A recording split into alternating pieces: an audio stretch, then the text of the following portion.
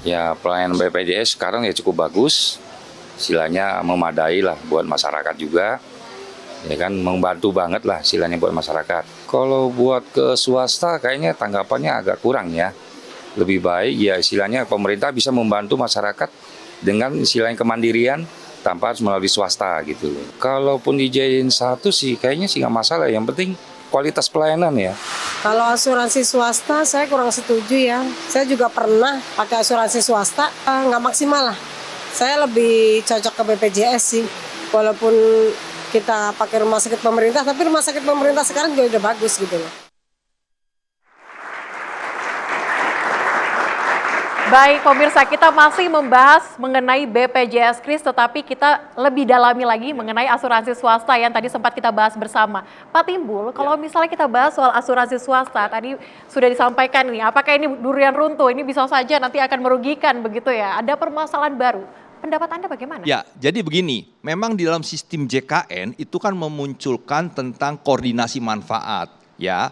Ada istilahnya selisih biaya, ada urun biaya.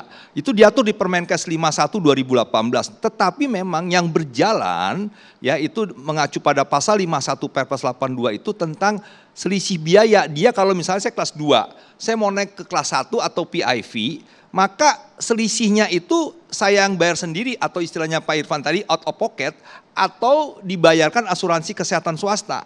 Tetapi BPJS tetap bayarnya kelas 2 ya. Nah itu yang sekarang sudah berjalan.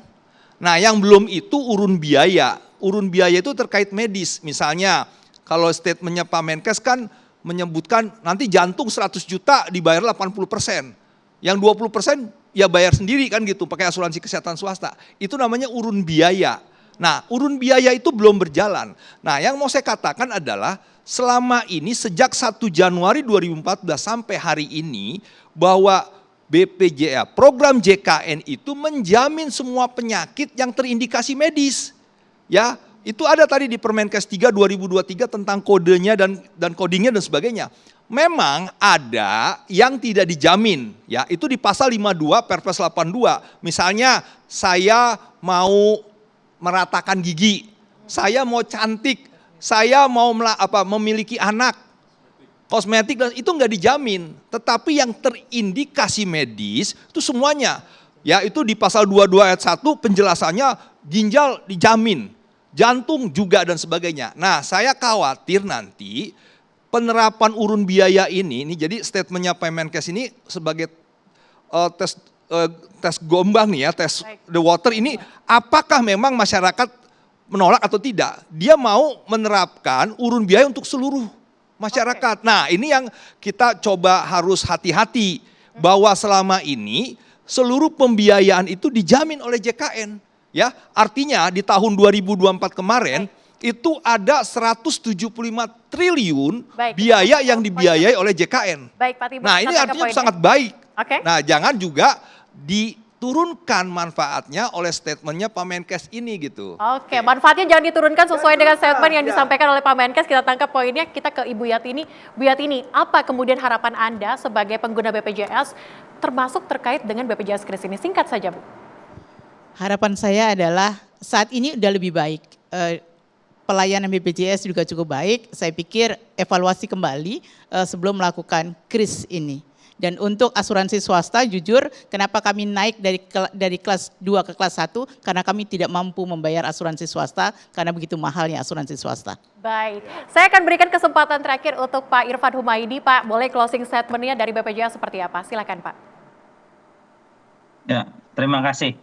Jadi kami mengajak kepada seluruh komponen bangsa untuk sama-sama kita bergotong royong dalam program JKN.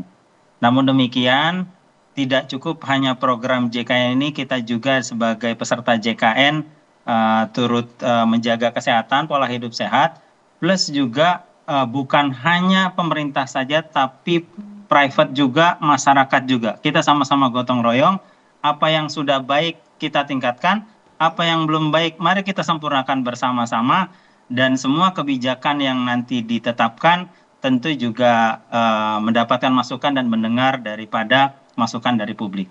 Mungkin itu. Terima kasih. Baik, terima kasih Pak Irfan Humaydi dan juga rekan-rekan dari narasumber yang sudah hadir hari ini di Studio TV One. Terima kasih sudah hadir, dan yang menjadi pertanyaan kita saat ini, bagaimana regulasi yang nantinya akan diterapkan? Kita tunggu bersama pemirsa. Dan demikian Indonesia Business Forum, saya Celia Alexandra, mewakili kru yang bertugas, pamit undur diri. Terima kasih dan sampai jumpa.